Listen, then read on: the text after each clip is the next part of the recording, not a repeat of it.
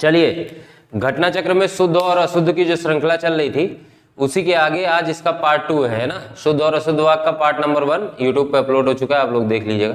Part number 2 यही last question पे हमने रोक दिया था पिछली क्लास में, है ना।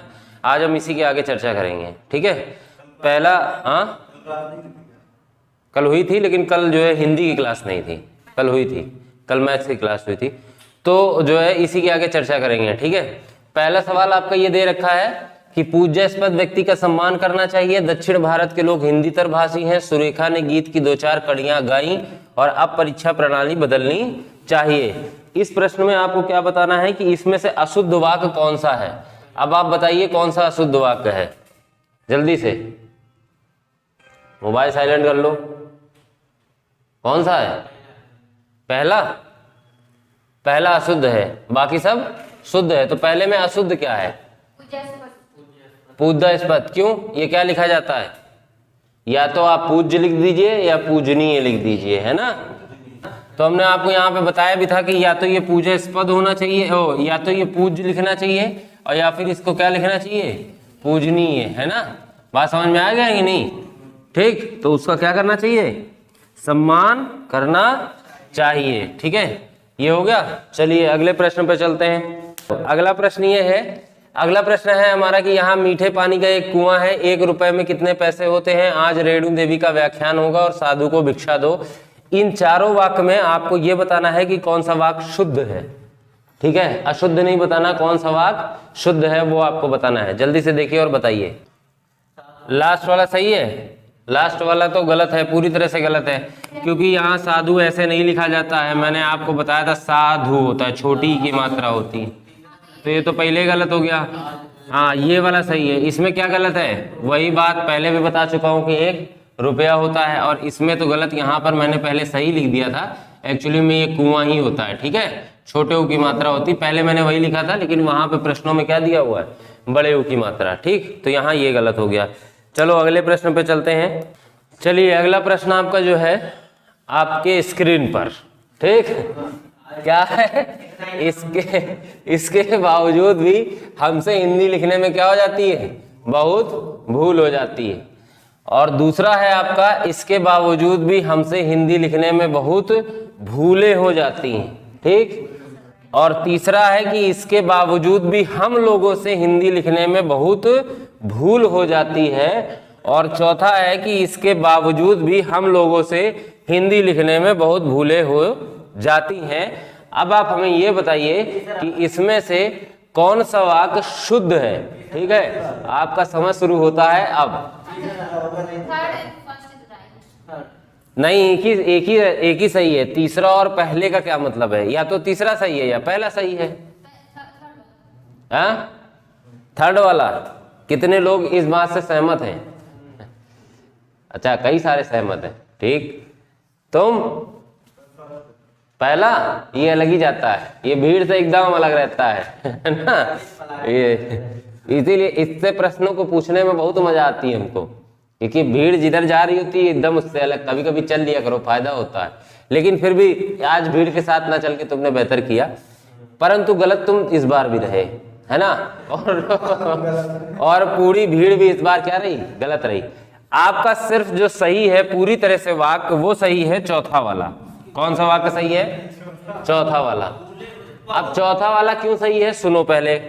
हम लोगों से यहां तक ठीक है, यहां पे कोई समस्या नहीं है। बहुत भूल हो जाती है, यहां गलत है, क्योंकि जब बहुत सारे लोग हैं तो वचन कैसा होना चाहिए? बहुवचन होना चाहिए। तो बहुत भूलें हो जाती हैं, यहां लिखा हुआ, तो इसलिए सही हो गया। और ये क्या हो गया? गलत हो गया। यहां पे क्या गलती है? हमसे। यहाँ पे गलती ये है, और यहाँ पे भी सेम गलती है। और ये दोनों गलतियां कैसी हैं बताओ? सार्वनामिक गलतियां हैं। सर्वनाम से गलतियां हैं ना, तो सर्वनाम की गलतियां हो गई। बात समझे? तो अगर आपसे कोई पूछे कि कैसी गलती है, तो सर्वनाम से रिलेटेड क्या है? गलती है।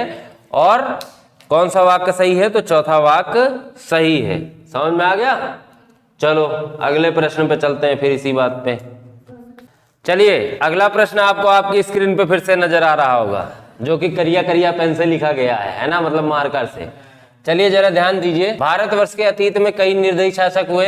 एकत्रित भीड़ जय जयकार कर रही थी। गांधी जी चरखा चलाते थे और एक एक करके प्रत्येक छात्र कक्षा से निकल गए। कौन सा वाक्य शुद्ध है?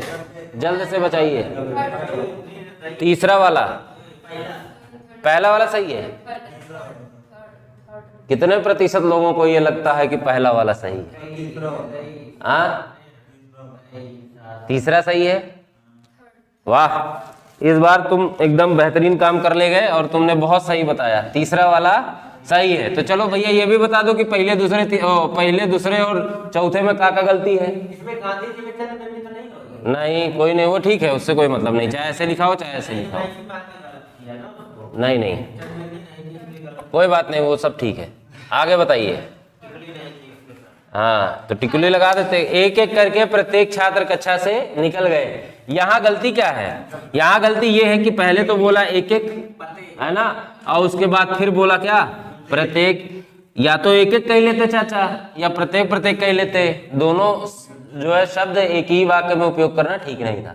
तो अगर इसको शुद्ध बनाना जाए तो कैसे बना सकते हैं कि एक एक कर के नहीं, क्या कर, ये मैंने पहले भी पढ़ा है कि एक एक कर छात्र कक्षा से निकल गए। ठीक, यहाँ आते हैं। यहाँ देखो बात किसकी हो रही है? भीड़ की। और भीड़ का मतलब क्या होता है भाई? लोगों का समूह ही तो होता है, लोगों का समूह होता है। और मैंने आपको बताया था लोगों का समूह मतलब एकत्रित नहीं, क्या होगा? एकत्र। क्या होगा? एकत्र, या फिर इसको एकत्रण भी कहीं कहीं आपको मिल जाएगा। दोनों चीजें ठीक हैं। बात समझ में आ गया नहीं आ गया? हाँ, क्या कह रहे हो? नहीं, अतीत तो ठीक है। आओ कैसे लिखा जाएगा अतीत? कई नहीं, निर्दयी। निर्दयी नहीं होता, मैंने आपको बताया था निर्दय शासक होता है। ये बात मैंने बहुत पहले भी बता रखी है। कौन सा शासक होता है? निर्दय शासक होता है। तो वहां पे वो गलत हो गया। बात समझ में आ गई कि नहीं आई? कोई समस्या है? ठीक, चलो अगला प्रश्न देखते हैं। चलिए अगला प्रश्न आपको दिख रहा होगा यहाँ पर बोर्ड पे, है ना। अब ये बताइए कि इसमें कौन सा शुद्ध है? आपका लिखा हुआ खेत जोतने के पारंपरिक उपादान हल का स्थान अब ट्रैक्टर ने ले लिया है। और उसके बाद क्या बोलते हैं? निरपराधी के विरुद्ध दंडात्मक कार्यवाही का किया जाना दुर्भाग्यपूर्ण है। श्रीमती रेड्डी जिस तरह की नृत्यांगना है उनके पति उस स्तर के नृत्यांगन नहीं है। और शिक्षा प्रणाली जनोपयोगी होनी चाहिए। बताइए क्या है? ये वाला चौथा वाला सही है, बाकी सब क्या है? गलत है। हाँ, वेरी गुड। गलत क्या है? बाकी सब में क्या गलत है? पहले तो यहाँ पे ये ऐसे देख लो, ये ट्रैक्टर ऐसे लिखा होगा। नहीं, ये पहले से लिखा था, ये मैंने नहीं लिखा। यहाँ पे गड़बड़ ये है, उपादान की जगह पे साधन होना चाहिए था। तुमने बीच में बोला भी था कि सर उपादान यहाँ पे क्यों लिखा गया है ना। तो उपादान की जगह पे क्या होगा यहाँ पे बताओ? साधन होगा।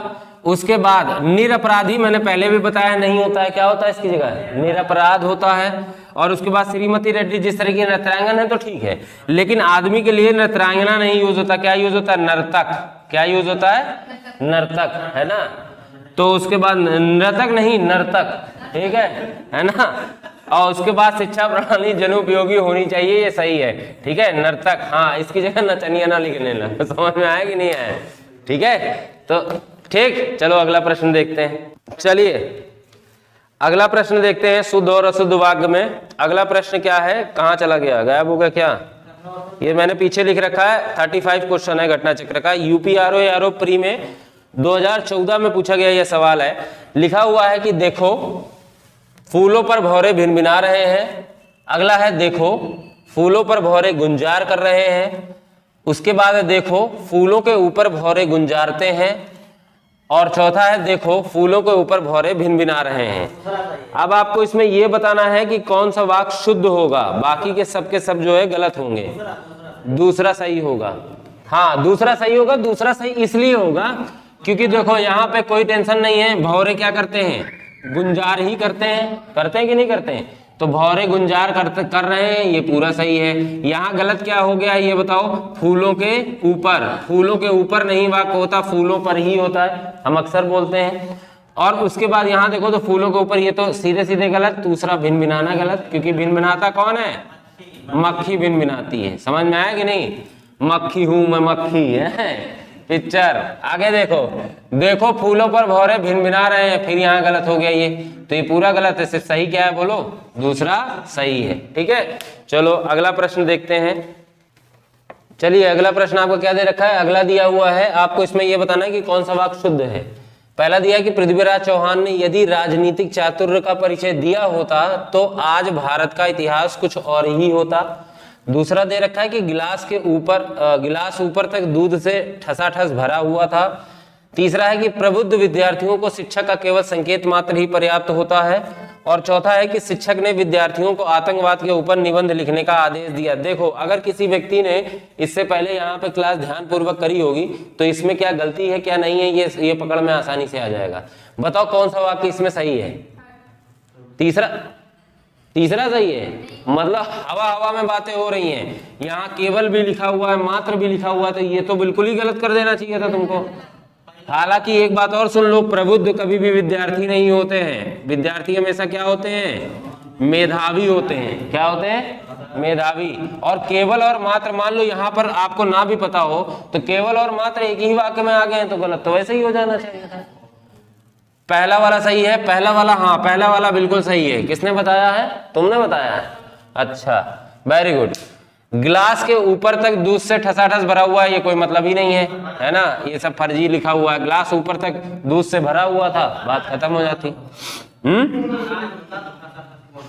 हाँ अनाज होता तो बोल सकते थे।